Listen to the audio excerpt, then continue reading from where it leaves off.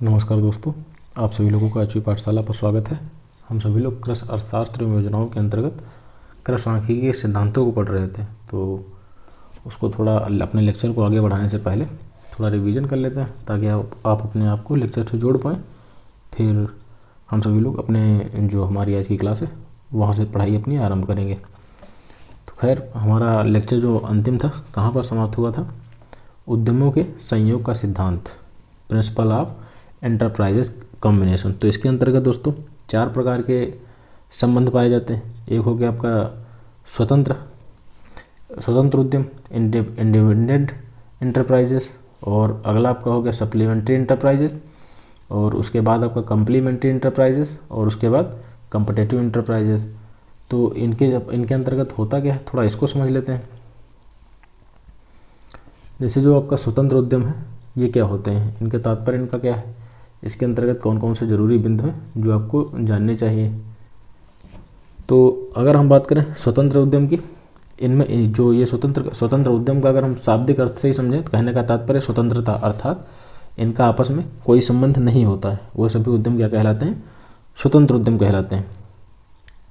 जिनका आपस में कोई संबंध ना हो वो क्या कहलाएंगे? स्वतंत्र उद्यम कहलाएंगे। और एक दूसरे के उत्पादन में किसी भी प्रकार का प्रभाव नहीं डालते हैं। वो एक दूसरे से स्वतंत्र होते हैं और एक दूसरे के उत्पादन में किसी भी प्रकार का कोई प्रभाव नहीं डालते, ना ही सकारात्मक ना ही ऋणात्मक। ठीक है। जैसे कि रबी के मौसम में गेहूं और खरीफ के मौसम में बाजरे की खेती करना। कह रहा है कि रबी के मौसम में गेहूं की खेती करना और खरीफ के मौसम में बाजरे की खेती करना। तो दोस्तों ये उत्पादन एक दूसरे को किसी भी रूप में प्रभावित नहीं करते, क्योंकि ये दोनों अलग अलग मौसम की क्रॉप्स हैं। अगला हमारा क्या है? संपूरक, सप्लीमेंट्री इंटरप्राइजेज। सप्लीमेंट्री इंटरप्राइजेज में क्या होता है कि उत्पादन साधनों के लिए ना तो आपस में स्पर्धा करते हैं और ना ही एक दूसरे के उत्पादन में सहायक होते हैं। कह रहा है कि जो उत्पादन के लिए जो संसाधन उपस्थित होते हैं उनको लेकर के एक दूसरे में किसी भी प्रकार की कोई स्पर्धा नहीं होती और ना ही वो एक दूसरे के उत्पादन में किसी भी प्रकार से क्या होते हैं? सहायक होते हैं। बल्कि अगर हम उनको अगर करते हैं तो फार्म की आय में क्या होती है? वृद्धि होती है। संपूरक उद्यम कहलाते हैं। मान लीजिए आपने किसी प्रकार की कोई फसल उगाई और उसके साथ में आपने कुक्कुट पालन करा, मधुमक्खी पालन करा, शहद पालन करा। तो हालांकि एक दूसरे से संबंधित तो नहीं, कहने का तात्पर्य एक दूसरे के उत्पादन में सहायक तो नहीं, किंतु आय में बढ़ोतरी करने में मदद करते हैं। तो ये सभी क्या हो जाएंगे? आपके संपूरक उद्यम हो जाएंगे। सहायक या पूरक उद्यम क्या है? तो सहायक या पूरक उद्यम वह दोस्तों होते हैं जो एक दूसरे के उत्पादन में सहायता प्रदान करते हैं।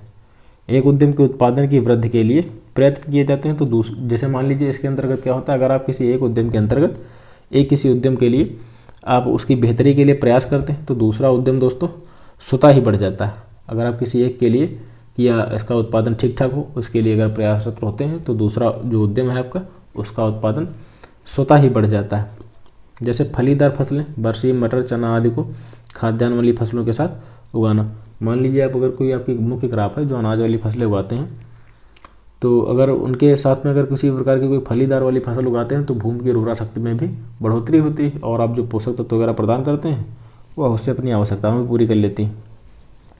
तो ये कह रहा है कि पूरक या सहायक उद्यम वह उद्यम होते हैं जो एक दूसरे उद्यम के उत्पादन में वृद्धि करने में सहायक होते हैं, अर्थात एक उद्यम के उत्पादन वृद्धि के लिए किए गए प्रयत्न दूसरे उद्यम उत्पादन का स्वतः ही बढ़ोतरी में मदद करता है। फलीदार फसलें जैसे बरसीम, मटर, चना आदि खाद्यान्न वाली फसलें, फलीदार फसलें मृदा की उर्वरता को क्या करती हैं? बढ़ाती हैं। कंपैरेटिव इंटरप्राइजेस क्या है? आपकी जो प्रतिस्पर्धात्मक उद्यम है वो क्या होते हैं? ये दोस्तों एक दूसरे को लेकर के काफ़ी प्रतिस्पर्धापूर्ण होते हैं। जैसे प्रक्षेत्र पर उपलब्ध विभिन्न प्रकार के जो उत्पादन साधन हैं जैसे भूमि, श्रम, पूंजी, कृषि मशीनरी आदि को लेकर के एक दूसरे से क्या करते हैं? वो स्पर्धा दर्शाते हैं। उदाहरण के लिए गेहूं, जौ, चावल, जूट ये सभी क्या करते हैं? एक दूसरे से प्रतिस्पर्धा दर्शाते हैं।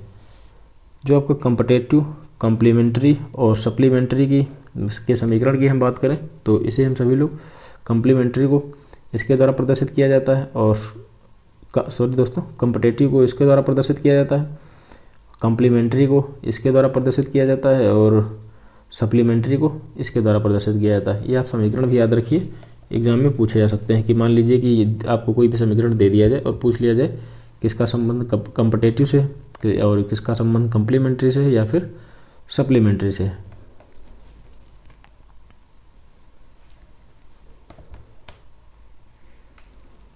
जिसमें यह ज़्यादा इंपॉर्टेंट है, जिसमें डेल्टा y2/y1 बराबर है 0 के, कम्प्लीमेंट्री में। अब हम सभी लोग आगे बढ़ते हैं, आज की हमारी अपनी अगली क्लास की ओर बात करते हैं। ये समीकरण दोस्तों यहाँ पर नोट भी हैं। ये हो गया आपका संपूरक का, ये हो गया आपका प्रतिस्पर्धात्मक का, ये हो गया आपका पूरक का। इनको याद रखना है आपको।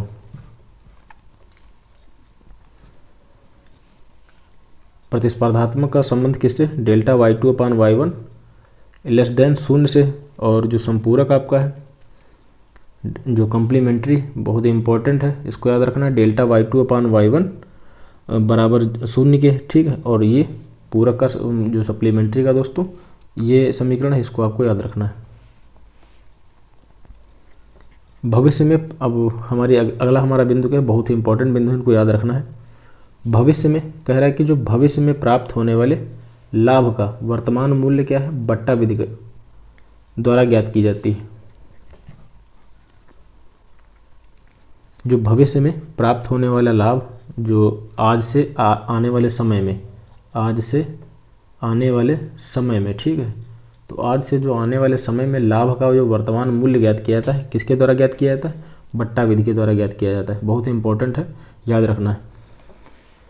तुलनात्मक लाभ का सिद्धांत क्या कहता है, लाभ कंपैरेटिव एडवांटेज किसे कहते हैं। इस सिद्धांत का प्रयोग कहाँ किया जाता है, तो इस सिद्धांत का प्रयोग, जो तुलनात्मक लाभ का सिद्धांत है, इसका इस्तेमाल दोस्तों फर्म स्तर पर ना करके क्षेत्र स्तर पर किया जाता है, रीजनल लेवल पर किया जाता है। तो आपसे अगर पूछा जाता है कि रीजनल लेवल पर किसका इस्तेमाल किया जाता है, तो लाभ तुलनात्मक लाभ का सिद्धांत दोस्तों, लाभ कंपैरेटिव एडवांटेज का इस्तेमाल क्षेत्र स्तर पर किया जाता है, रीजनल स्तर पर। अच्छा, इसको याद कैसे रखें, अगर हम ट्रिक की बात करें कैसे याद रखेंगे, तो देखिए यहाँ पर क्या दिया गया, कंपैरेटिव आर से दिया गया, आर से आप रीजनल याद रखें। लाभ कंपैरेटिव में जो आर आपका दिया गया है, आर से आप क्या याद रखें, रीजनल। बाकी तो जब आपके सामने जब ऑप्शन आएगा तो आप आसानी से एलिमिनेट कर पाएंगे और टिक कर पाएंगे सही जवाब।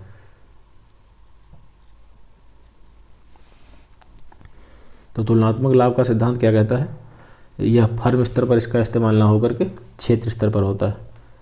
डिप्रिसिएशन क्या है, मूल्यह्रास किसे कहते हैं, ये क्या है दोस्तों, तो किसी परिसंपत्ति के उपयोग में, मान लीजिए आपके पास कोई एसेट्स है, ठीक है, संपत्ति है कोई, उसको अगर आप इस्तेमाल कर रहे हैं तो समय जैसे जैसे बीतता जाएगा और अगर आप उसका उपयोग ना भी कर रहे हैं तो उसके प्रारंभिक कीमत में जो कमी होती है उसी को क्या कहा जाता है, मूल्यह्रास कहा जाता है या फिर अवमूल्यन कहा जाता है। मान लीजिए आपने क्या करा, ट्रैक्टर खरीदा, ठीक है, तो मान लीजिए आपने ट्रैक्टर 10 लाख का खरीदा।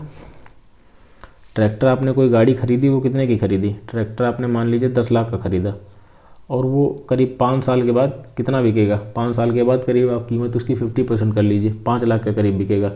तो यह कमी हुई वह उसको क्या कहा, जो इसमें 5 लाख की दोस्तों कमी हुई वह क्या कही जाएगी, डिप्रिसिएशन कहलाएगी। वही कह रहा है कि किसी परिसंपत्ति के उपयोग में लेने, समय के बढ़ने एवं उसके उपयोग में न होने के कारण उसकी जो प्रारंभिक कीमत में जो कमी होती है वह क्या कहलाती है, अवमूल्यन कहलाती है या फिर मूल्यह्रास कहलाती है। तो याद रखना है, ये चीज़ें बहुत ही ज़रूरी हैं और जिसमें ये बहुत इंपॉर्टेंट है दोस्तों, इसको याद रखना है कि जो भविष्य में प्राप्त होने वाले लाभ का जो वर्तमान मूल्य है बट्टा विधि के द्वारा ज्ञात किया जाता है। और तुलनात्मक लाभ का सिद्धांत क्षेत्र स्तर पर होता है और मूल्यह्रास क्या होता है, जो प्रारंभिक कीमत में उसकी समय के साथ साथ जो कमी हो जाती है उसे मूल्यह्रास और अवमूल्यन कहता है। ये समीकरण भी आपको याद रखने हैं, खासकर ये वाला जो कम्प्लीमेंट्री का क्या है, डेल्टा y2/y1 बराबर होता है 0 के, और सप्लीमेंट्री और कम्पिटिटिव पर भी आप नज़र बनाए रखें, ये हो सकता है इसमें से भी पूछा जाए।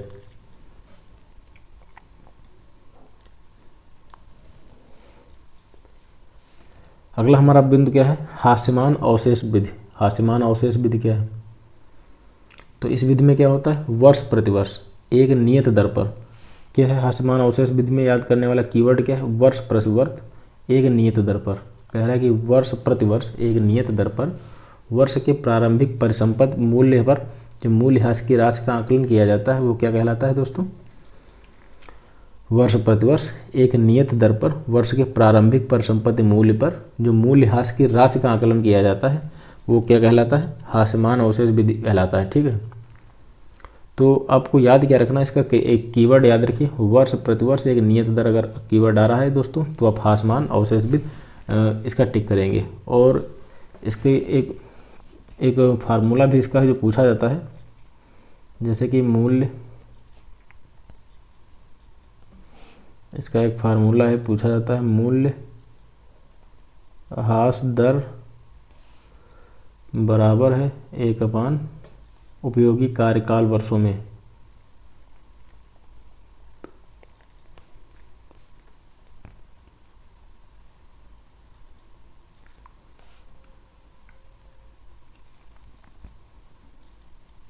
तो 1/, उपयोगी कार्यकाल वर्षों में मूल्यह्रास दर जो है प्रतिशत क्या है इसका,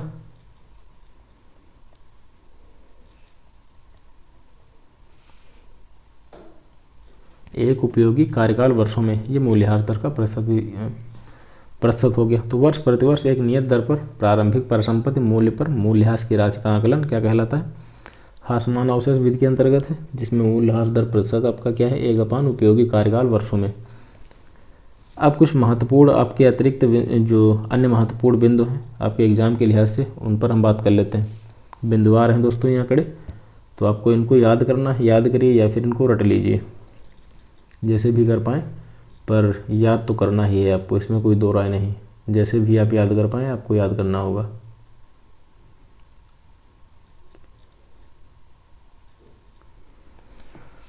तो पहला हमारा बिंदु क्या है कि सांख्यिकी के जनक कौन है, कप्तान जॉन ग्रांट। दोस्तों सांख्यिकी के क्या है, जनक हैं। अगर आपसे पूछा जाता है कि सांख्यिकी का जनक किसे कहा जाता है तो कप्तान जॉन ग्रांट को आप सांख्यिकी का जनक कहेंगे। सही जवाब का टिक करेंगे। फील्ड प्रयोग में यादृच्छिकरण, फील्ड प्रयोग में दोस्तों जो यादृच्छिकरण है इसका उद्देश्य क्या है, विचरण नियंत्रण फैलाव की इकाई रहित फील्ड प्रयोग में यादृच्छिकरण का उद्देश्य है क्या है, विचरण नियंत्रण। ये थोड़ा टाइपिंग मिस्टेक हो गया है, ये इसका उद्देश्य क्या हो जाएगा, जो फील्ड प्रयोग में यादृच्छिकरण का उद्देश्य क्या है, विचरण नियंत्रण है। दोस्तों अगर आपसे पूछा जाता है कि फील्ड प्रयोग में यादृच्छिकरण का उद्देश्य क्या है तो विचरण नियंत्रण क्या है। मेजर ऑफ डिस्पर्सन, फैलाव की इकाई रहित माप क्या है, CV है। जो फैलाव रहित इकाई माप क्या है, CV का है, सही CV को कहा जाता है। RBD में फ्रीडम ऑफ डिग्री, ये फ्रीडम नहीं है फ्रीडम है, तो RBD में फ्रीडम ऑफ डिग्री के लिए अभिव्यक्ति की जो वो होती है डिग्री कह सकते हैं N1 - R1 या कोड जो भी आपसे पूछा जाए, तो RBD में फ्रीडम ऑफ डिग्री के लिए अभिव्यक्ति कितनी है, इन सबको याद रखना है आपको, चाहे याद कर लीजिए या फिर रट लीजिए। RBD में फ्रीडम ऑफ डिग्री अगर आपसे पूछा जाए तो क्या है N1 - R1, किसकी बात की जा रही, RBD की बात की जा रही। तो RBD के लिए आप क्या याद रखेंगे, RBD के लिए N1 पहले तो N-1 और फिर R-1। अच्छा RBD में R-1 लास्ट में आएगा, आप इसे याद रखिए। ये हो गया, ये जो आपका R है ये लास्ट में आएगा, ठीक है। तो RBD की डिग्री अगर आपसे पूछा जाता है तो N-1 और R-1 ये RBD की अभिव्यक्ति की डिग्री होगी। प्रोबेबिलिटी की सीमा क्या है, प्रोबेबिलिटी की जो संभाव्यता की जो सीमा होती है क्या होती है, 0 से लेकर के 1 के बीच की होती है। एनोवा में त्रुटि के लिए स्वतंत्रता की न्यूनतम डिग्री क्या है, जो एनोवा है उसमें त्रुटि के लिए दोस्तों स्वतंत्रता की न्यूनतम डिग्री क्या है, 12 है। एनोवा की बात की जा रही है, एनोवा में त्रुटि के लिए स्वतंत्रता की न्यूनतम डिग्री क्या है, 12 है। कह रहा है कि टी टेस्ट लागू होता है जब उपचार की संख्या होती है, अब कितने उपचार की संख्या, ट्रीटमेंट की जो संख्या हो कितनी हो तो टी टेस्ट लागू होगा, 2। गुडनेस परीक्षण के लिए काम में लेते हैं, क्या लेते हैं, काई स्क्वायर टेस्ट। गुडनेस परीक्षण के लिए किसका प्रयोग किया जाता है, तो काई स्क्वायर टेस्ट का प्रयोग किया जाता है। जब आपको अगर गुडनेस परीक्षण करना है तो आप किस प्रकार के टेस्ट का इस्तेमाल करेंगे, काई स्क्वायर टेस्ट का इस्तेमाल करेंगे। डेटा को सारांशित करने का पहला चरण क्या है, वर्गीकरण क्या है, वर्गीकरण है। अगर आपके पास कोई डेटा है तो उसको सारांशित करने का पहला चरण दोस्तों क्या होगा, तो डेटा को सारांशित करने का जो पहला चरण है वो आपका वर्गीकरण कहलाता है।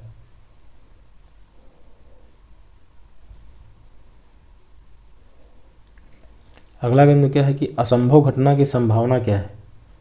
जो असंभव है, असंभव घटना की संभावना हमेशा कितनी होती है, शून्य होती है। जो असंभव घटनाएं होती हैं उनकी संभावनाएं कितनी होती हैं, तो उनकी संभावनाएं दोस्तों शून्य होती हैं। अगला हमारा बिंदु है कि क्षेत्र प्रयोगों अर्थात फील्ड एक्सपेरिमेंट में आमतौर पर इस्तेमाल किया जाने वाला डिजाइन है आरबीडी। आरबीडी की भी हमने डिग्री पढ़ी थी। आरबीडी की जो अभिव्यक्ति की डिग्री है कितनी है, n-1 और r-1, ये आरबीडी की अभिव्यक्ति की डिग्री है। और यहाँ पर क्या कह रहा है कि फील्ड एक्सपेरिमेंट में आमतौर पर इस्तेमाल किए जाने वाला डिज़ाइन कौन सा है, आरबीडी है दोस्तों।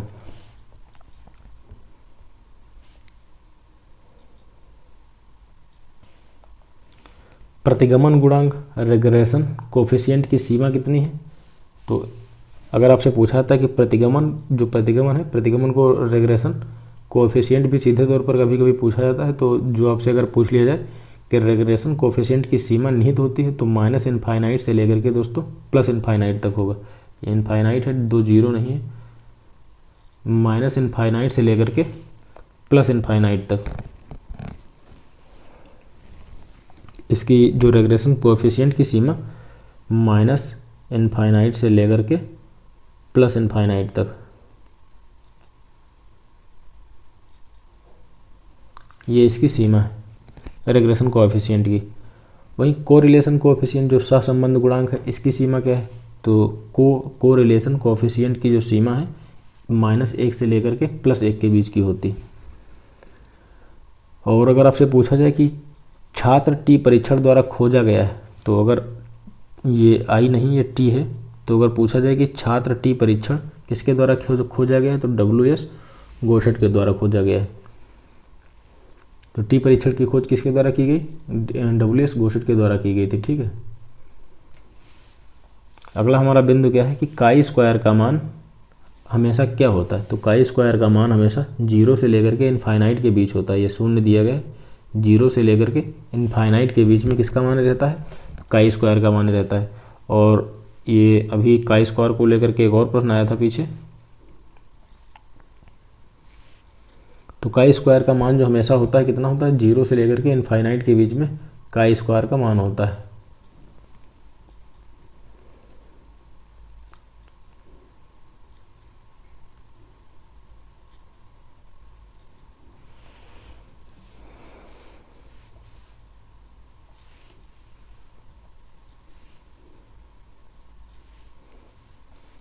केंद्रीय प्रवृत्ति का सबसे अधिक इस्तेमाल किए जाना वाला उपाय कौन सा है। कह रहा है कि जो केंद्रीय प्रवृत्ति का सबसे अधिक इस्तेमाल किए जाने वाला उपाय कौन सा है। सबसे अधिक दोस्तों इस्तेमाल किसका किया जाता है, तो अंकगणितीय माध्य का इस्तेमाल किया जाता है। फैलाव माप मेजर ऑफ डिस्पर्सन जो सबसे अच्छा माना जाता है, मानक विचलन है, स्टैंडर्ड डिवीजन है। फैलाव का माप जो सबसे अच्छा माना जाता है, कौन सा ऐसा फैलाव का माप है जिसे सर्वोत्तम माना जाता है, तो मानक विचलन को माना जाता है। जो फैलाव का एक पूर्ण माप नहीं है, कह रहा है कि जो फैलाव का एक पूर्ण माप नहीं है वो भिन्नता गुणांक है, CV नहीं है। अच्छा, एक बार पूछा गया था कि जब सैंपल का साइज छोटा हो और SD आपका अज्ञात हो तो किसका उपयोग किया जाता है, टी टेस्ट का उपयोग किया जाता है। टी टेस्ट का उपयोग कब किया जाता है, जब सैंपल का जो साइज हो दोस्तों छोटा हो। जब सैंपल का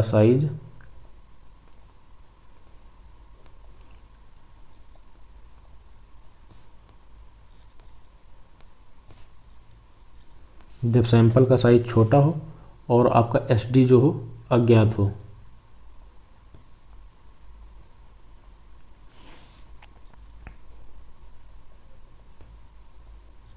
तो अगर सैंपल का साइज अपेक्षाकृत कम है और SD का अभाव है, SD अज्ञात है, तो उसके लिए टी टेस्ट का इस्तेमाल किया जाएगा। और केंद्रीय प्रवृत्ति का, ये काफ़ी इंपॉर्टेंट है, पूछा गया कई बार, केंद्रीय प्रवृत्ति का सबसे अधिक इस्तेमाल किया जाने वाला उपाय कौन सा है? अंकगणितीय माध्य है।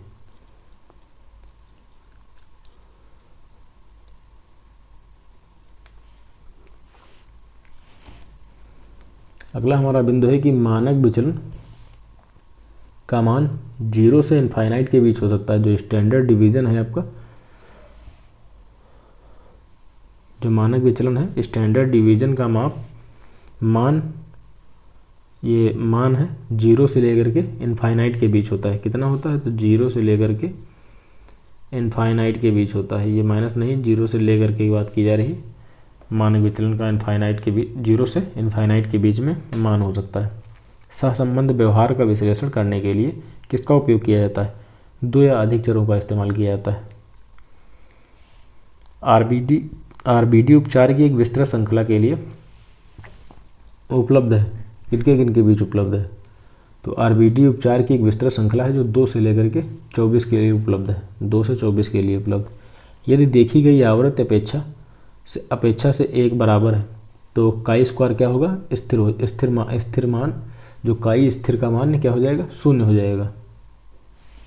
जब देखी गई आवृत्ति अपेक्षा से 1 के बराबर है तो जो काई स्क्वायर स्थिर का मान क्या हो जाएगा? 0 हो जाएगा।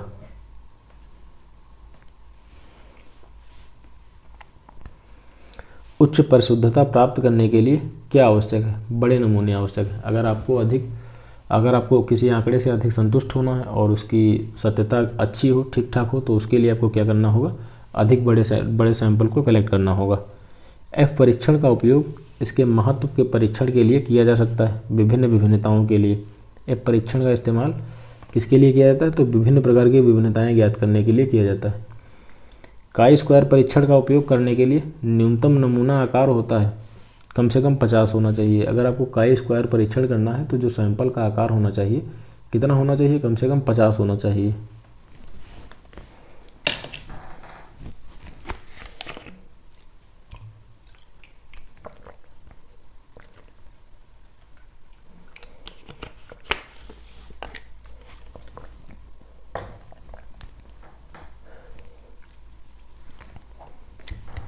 काई स्क्वायर परीक्षण का उपयोग करने के लिए न्यूनतम नमूने का आकार कितना होना चाहिए? 50 होना चाहिए।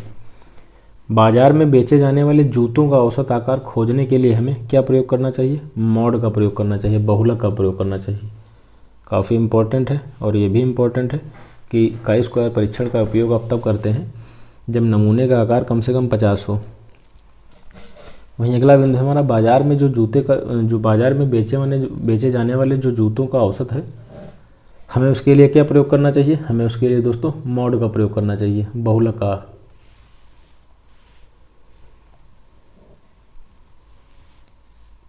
हमारे द्वारा उपयोग किए गए केवल एकल मान द्वारा पूरे डेटा को प्रस्तुत करने के लिए केंद्रीय प्रवृत्ति माप का इस्तेमाल होता है। प्रयोग के दौरान कुछ खोई गई जानकारी किसके द्वारा प्राप्त की जा सकती है? तो मिसिंग प्लॉट तकनीक से 2 या 2 से अधिक कारकों के 2 अध्ययन प्रभाव के लिए। तो आप इसको ऐसे जहाँ तक है, प्रयोग के दौरान कुछ खोई गई जानकारी किसके द्वारा प्राप्त की जा सकती है? मिसिंग प्लॉट तकनीक से प्राप्त की जा सकती है। ये आपका अगला बिंदु है। 2 या 2 से अधिक कारकों के 2 अध्ययन प्रभाव के लिए अलग अलग भूखंडों के आकार की आवश्यकता होती है। किसमें? तो स्प्लिट प्लॉट डिजाइन में। 2 अध्ययन प्रभाव के लिए अलग अलग भूखंडों की बात की जा रही है, तो उसके लिए किसका इस्तेमाल होगा? इस स्प्लिट प्लॉट डिजाइन का इस्तेमाल होगा। गुणवत्ता नियंत्रण के लिए उद्योगों में फैलाव का सबसे महत्वपूर्ण उपाय क्या है? रेंज है। क्या है सबसे महत्वपूर्ण उपाय? रेंज है। तो जो गुणवत्ता नियंत्रण के लिए उद्योगों में फैलाव का सबसे महत्वपूर्ण उपाय क्या है? रेंज है।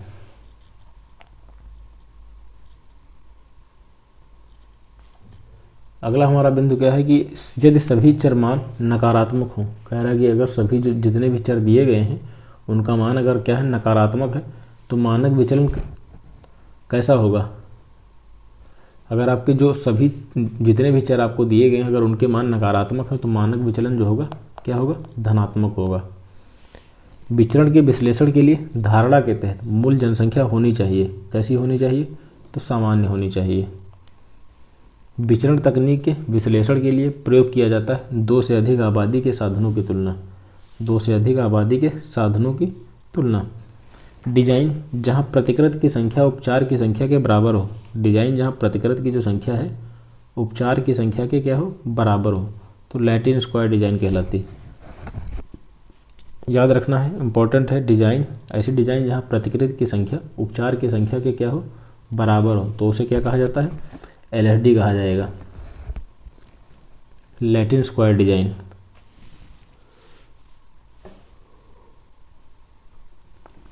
अगला हमारा बिंदु है कि 2 विशेषताओं की स्वतंत्रता के परीक्षण के लिए।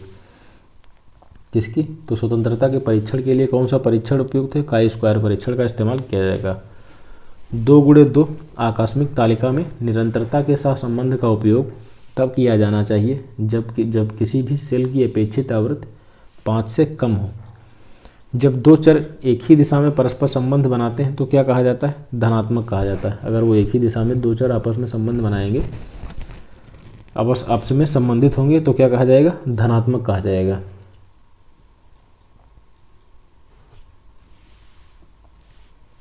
जब 2 चर विपरीत दिशा में चलते हैं तो वह क्या कहलाएगा, तो यह सहसंबंध क्या कहलाएगा, नकारात्मक कहलाएगा। सही नकारात्मक सहसंबंध के मामले में सहसंबंध का गुणांक क्या होता है, -1 होता है। जो सही नकारात्मक सहसंबंध के मामले में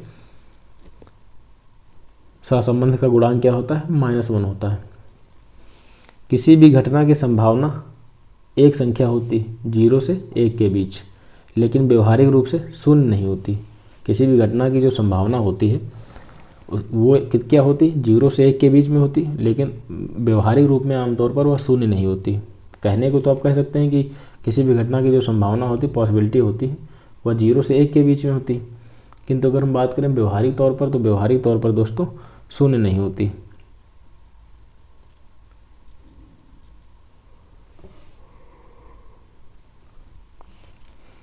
अक्सर इस्तेमाल की जाने वाली जनसंख्या और माप में भिन्नता की मात्रा का वर्णन करना क्या कहलाता है, भिन्नता का गुणांक, कोएफिशिएंट ऑफ वेरिएंस कहलाता है।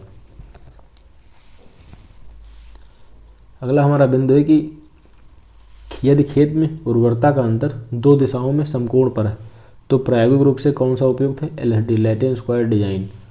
अगर यदि खेत में जो उर्वरता का अंतर 2 दिशाओं में किस पर स्थित है, समकोण पर स्थित है,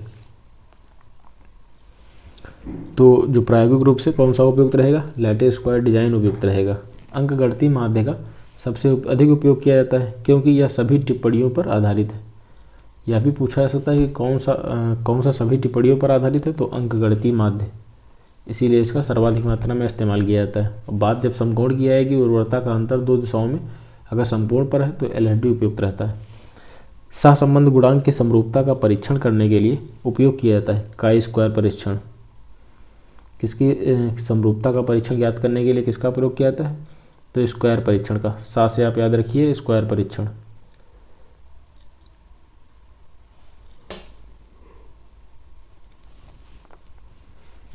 अगला हमारा बिंदु है कि विषय सामग्री के साथ प्रयोगात्मक त्रुटि को कम करने के लिए उपयोग किया जाता है अधिक प्रतिकृत और स्थानीय नियंत्रण। क्या प्रयोग किया जाता है, अधिक प्रतिकृत और स्थानीय नियंत्रण प्रयोग किया जाता है। वितरण के आकार में समरूपता की कमी को क्या कहा जाता है, जब वितरण के आकार में अगर समरूपता की कमी है दोस्तों तो उसे क्या कहलाया जाएगा, फैलाव कहा जाएगा। फैलाव का एक ऐसा मान जो नमूना के उतार चढ़ाव से कम प्रभावित होता है वो क्या है, मानक विचलन। मानक विचलन अपेक्षाकृत उतार चढ़ाव से कम प्रभावित होता है अन्य की अपेक्षा। यदि किसी वितरण का कुर्टोसिस 3 से कम है तो उसे क्या कहा जाएगा, प्लेटिक क्यूरेटिक वक्र कहा जाएगा। इंपॉर्टेंट है, अगर यदि किसी वितरण का जो कुर्टोसिस है वह अगर 3 से कम है तो उसे क्या कहा जाएगा, प्लेटिक क्यूरेटिक वक्र के नाम से जाना जाएगा। अवलोकन के सेट में स्वतंत्र बाधाओं की संख्या को क्या कहा जाता है, स्वतंत्रता की डिग्री कहा जाता है, डिग्री ऑफ फ्रीडम। जो आपकी अवलोकन के सेट है उसमें स्वतंत्र बाधाओं की संख्या को क्या कहा जाएगा, स्वतंत्रता की डिग्री कहा जाएगा, अर्थात फ्रीडम, डिग्री ऑफ फ्रीडम कहा जाएगा। यह परीक्षण की क्या थ्योरी प्रैक्टिकल में अच्छी तरह से फिट बैठती, इसका अनुमान लगाया जा सकता है काई स्क्वायर टेस्ट से। जो आपका परीक्षण है इस बात का पता लगाने के लिए कि यह थ्योरी प्रैक्टिकल में अच्छी तरह से फिट बैठती है या नहीं बैठती, इसका इस्तेमाल करने इसका अनुमान या आंकड़ा लगाने के लिए किसका इस्तेमाल किया जाएगा, काई स्क्वायर टेस्ट का इस्तेमाल किया जाएगा। ये काफ़ी इंपॉर्टेंट है कि अगर कुर्टोसिस का मान 3 से कम है तब आप उसे क्या कहेंगे, प्लूटैरिक प्लैटिक्यूरेटिक वक्र कहेंगे इसे। अगला हमारा बिंदु है कि जनसंख्या परीक्षण के एकल अनुपात के परीक्षण के लिए नमूने का आकार बड़ा होने पर आप कौन सा परीक्षण इस्तेमाल करेंगे, तो जेड टेस्ट का इस्तेमाल करेंगे। जब आप जनसंख्या परीक्षण का एकल अनुपात के परीक्षण के लिए जब नमूने का आकार बड़ा होगा तो किसका इस्तेमाल करेंगे, जेड टेस्ट का इस्तेमाल करेंगे। और अगला हमारा बिंदु क्या है कि एक वस्तु की कीमत और मांग के बीच संबंध कैसा होता है, नकारात्मक होता है। तो कह रहा है कि एक वस्तु की कीमत और मांग के बीच में कैसा संबंध होता है, नकारात्मक संबंध होता है। नकारात्मक संबंध का तात्पर्य क्या है कि अगर मांग बढ़ेगी तो क्या होगा, मांग बढ़ेगी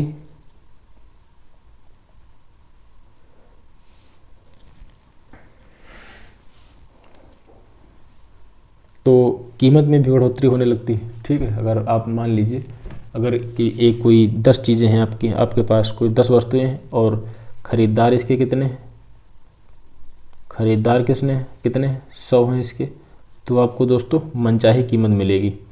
जो ज़्यादा पैसा देगा उसकी चीज़ हो जाएगी, तो मांग बढ़ेगी तो कीमत भी बढ़ने लगती है। एक वस्तु की कीमत और मांग के बीच में संबंध कैसा होता है, नकारात्मक होता है।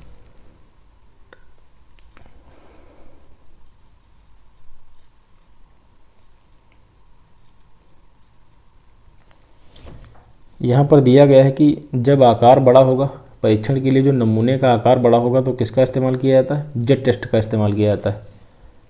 नमूने का आकार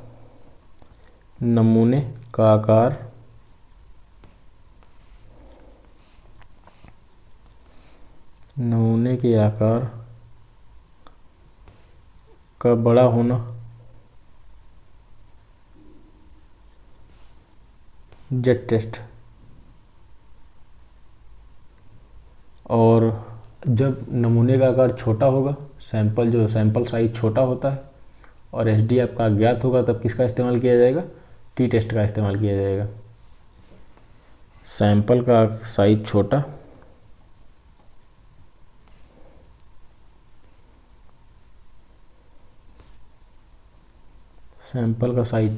और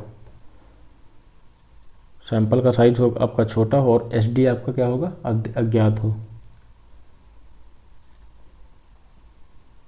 तब किसका प्रयोग होगा, टी टेस्ट का इस्तेमाल होगा।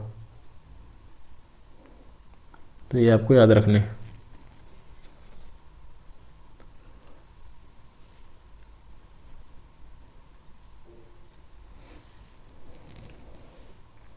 आगे बढ़ते हैं, केंद्रीय प्रवृत्ति का मापन, ये सभी क्या है इनको पढ़ लेते हैं।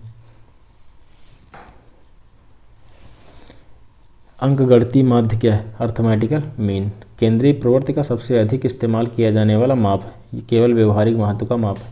व्यवहारिक महत्व का माप क्या है, अंकगणितीय माध्य है और सर्वाधिक मात्रा में इसका इस्तेमाल किया जाता है। यह सभी औसत से सबसे अच्छा माना जाता है, कठोरता से परिभाषित किया गया और सभी टिप्पणियों पर आधारित है। अभी हमने पूर्व में पढ़ा था, सभी टिप्पणियों पर कौन आधारित है, अंकगणितीय माध्य का सर्वाधिक मात्रा में इसलिए इस्तेमाल किया जाता है क्योंकि इसमें सभी प्रकार की टिप्पणियों पर यह आधारित है, इसलिए अंकगणितीय माध्य का सर्वाधिक मात्रा में इस्तेमाल होता है। माध्य क्या है, मीडियन क्या है, जब वस्तुओं को उनके परिमाप के आरोही या अवरोही क्रम में व्यवस्थित किया जाए तो माध्यिका सबसे मध्य वाली माप को कहा जाता है। माध्यिका किसे कहा जाता है, कह रहा है कि जब वस्तुओं और उनके परिमाप के आरोही या अवरोही क्रम, जो भी आपको आंकड़े दिए गए उनको पहले आप क्या करेंगे, आरोही या अवरोही क्रम में व्यवस्थित करेंगे, फिर माध्यिका सबसे मध्य वाली जो होगी वह उसकी माप जो होगी मध्य वाली वह माध्यिका कहलाएगी। ठीक है,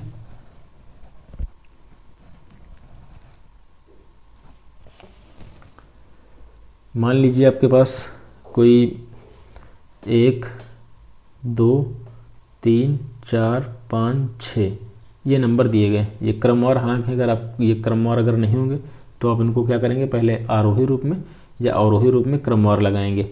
अब इसकी आपको माध्यिका ज्ञात करनी है, तो जो इसके मध्य में देखिए कौन संख्या है, 3 इधर है और इधर एक और लिख लेते हैं 7, 3 इधर है, तो इसके मध्य वाली जो संख्या कौन सी होगी, 4, ये आपकी क्या हो जाएगी, माध्यिका हो जाएगी। तो वही कह रहा है कि जब वस्तुओं को उनके परिमाप के आरोही या अवरोही क्रम में व्यवस्थित किया जाता है तो माध्यिका सबसे मध्य वाली माप को कहा जाता है। माध्यिका का उपयोग किस लिए किया जाता है, बहुत इंपॉर्टेंट लाइन है। माध्यिका का उपयोग गुणात्मक आंकड़ों को जैसे बुद्धिमत्ता, क्षमता, ईमानदारी परीक्षण आदि के लिए किया जाता है। कैसे याद रखना है, तो सब में देखिए माँ दिया गया है, बुद्धिमत्ता, क्षमता, ईमानदारी, इन सब के लिए क्या किया जाता है, माध्यिका का इस्तेमाल किया जाता है। जो भी गुणात्मक गुण होते हैं, गुणात्मक आंकड़े होते हैं, उनके लिए किसका इस्तेमाल किया जाएगा, माध्यिका का इस्तेमाल किया जाएगा। क्षमता, ईमानदारी, बुद्धिमत्ता, इन सब के लिए आप माध्यिका का इस्तेमाल करेंगे। अगला हमारा बिंदु है मॉड, चर का मान जो अक्सर घटित होता है वो क्या कहलाता है, बहुलक कहलाता है। तो बहुलक का तात्पर्य क्या हो जाएगा, जो संख्या सर्वाधिक मात्रा में आई। जैसे मान लीजिए आपके पास कोई हमने आंकड़े लिखे 4, 5, 3, 5, 5, 6, तो इसमें आपको बहुलक कौन सा है, बहुलक का तात्पर्य है अधिक बार। 5 दोस्तों देखिए यहाँ पर कितनी बार आया है, 3 बार आया है अन्य अंकों की अपेक्षा, तो बहुलक क्या हो जाएगा, 5 बहुलक हो जाएगा। जिनकी आवृत्ति दोस्तों कह रहा है, जिनकी आवृत्ति अधिकतम होगी, जो अन्य की अपेक्षा अधिक बार आए होंगे, वो क्या होंगे, बहुलक हो जाएंगे। तो इस अब ये आपके लिए इम्पोर्टेंट है। यह जूते के मॉडल, अभी हमने पढ़ा था पूर्व में जब हम सभी लोग वन लाइनर पढ़ रहे थे, तो उसमें पढ़ा था कि जूते के मॉडल का आकार, रेडीमेड कपड़ों का आकार और रेडीमेड कपड़ों का आकार और व्यापार, रेडीमेड के कपड़ों का आकार और व्यापार, मौसम संबंधी पूर्वानुमान लगाने में किसका इस्तेमाल होगा, बहुलक का इस्तेमाल किया जाता है। तो अगर आपसे पूछा जाता है कि जूतों के मॉडल का आकार, रेडीमेड कपड़ों के आकार और मौसम संबंधी पूर्वानुमान लगाने के लिए माध्यिका बहुलक में किसका इस्तेमाल किया जाता है, तो बहुलक का इस्तेमाल किया जाता है। अगला हमारा बिंदु क्या है, हार्मोनिक माध्य किसे कहते हैं। यह अंकगणितीय माध्य का पारस्परिक है। जो अंकगणितीय माध्य होता है उसका पारस्परिक क्या होता है, हार्मोनिक माध्य होता है। इसमें औसत गति, दूरी, दर ज्ञात करने के लिए प्रयुक्त किए जाते हैं। जो गति, दूरी और दर ज्ञात करने के लिए किसका इस्तेमाल होता है, हार्मोनिक माध्य का इस्तेमाल होता है। इम्पोर्टेंट है, याद रखना है कि औसत गति, दूरी, दर, इन सब का इस्तेमाल करने के लिए किसका इस्तेमाल किया जाता है, हार्मोनिक माध्य का इस्तेमाल किया जाता है। कोरिलेशन क्या है, सहसंबंध क्या है,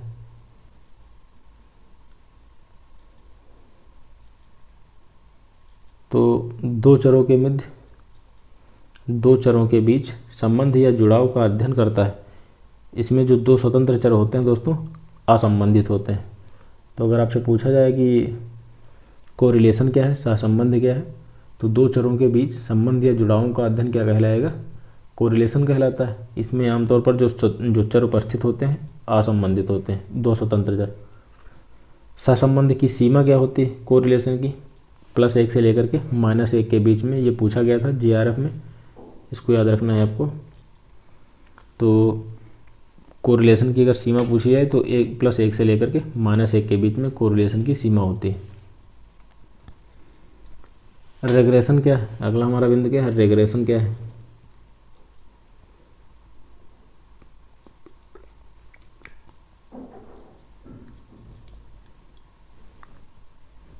रेग्रेशन किसे कहते हैं, रेग्रेशन शब्द का पहली बार प्रयोग किसके द्वारा किया गया था, 1877 में सर फ्रांसिस गैल्टन के द्वारा उपयोग किया गया था। तो रेग्रेशन का शब्द किसके द्वारा, जी से गैल्टन। तो रेग्रेशन शब्द का इस्तेमाल गैल्टन के द्वारा कब किया गया, वर्ष 1877 में किया गया पहली बार। प्रतिगमन जो रेग्रेशन है इसकी मूल रेखा क्या है, रेग्रेशन की मूल रेखा क्या है, y बराबर a+bx। क्या है ये y बराबर a+bx इसकी रेग्रेशन की मूल रेखा है। और रेग्रेशन की सीमा क्या है, तो +∞ से लेकर के -∞ के बीच में होती है। रेग्रेशन की सीमा अगर आपसे प्रश्न पूछा जाए तो +∞ से लेकर के -∞ के बीच दोस्तों रेग्रेशन की सीमा होती है। और रेग्रेशन की जो मूल रेखा होती है y बराबर a+bx होती है।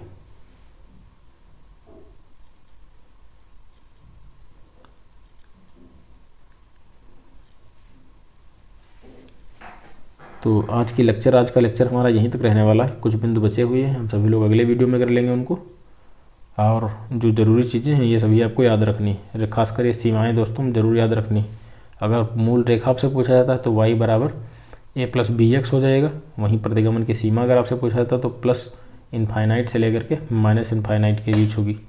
और रिग्रेशन शब्द का इस्तेमाल गैल्टन के द्वारा किया गया था। हार्मोनिक माध्य, औसत गति, दूरी, दर, इन सब का इस्तेमाल किया करने के लिए औसत गति दूरी ज्ञात करने के लिए हार्मोनिक माध्य का इस्तेमाल होता है। कोरिलेशन की सीमा क्या होती है? +1 से लेकर के -1 के बीच में कोरिलेशन की सीमा होती है। बहुलक का तात्पर्य है अधिक बार आने वाला। आवृत, जूते के मॉडल, रेडीमेड कपड़े, व्यापार, मौसम संबंधी पूर्वानुमान लगाने, इन सब का इस्तेमाल बहुलक के रूप में किया जाता है। अंकगणितीय माध्य सर्वाधिक मात्रा में प्रयोग किया जाता है क्योंकि यह सभी प्रकार की टिप्पणियों पर आधारित होता है। तो उम्मीद है चीज़ें आपके समझ में भी आई होंगी। तो हम सभी लोग मिलते हैं अगले दिन अगले लेक्चर में। धन्यवाद।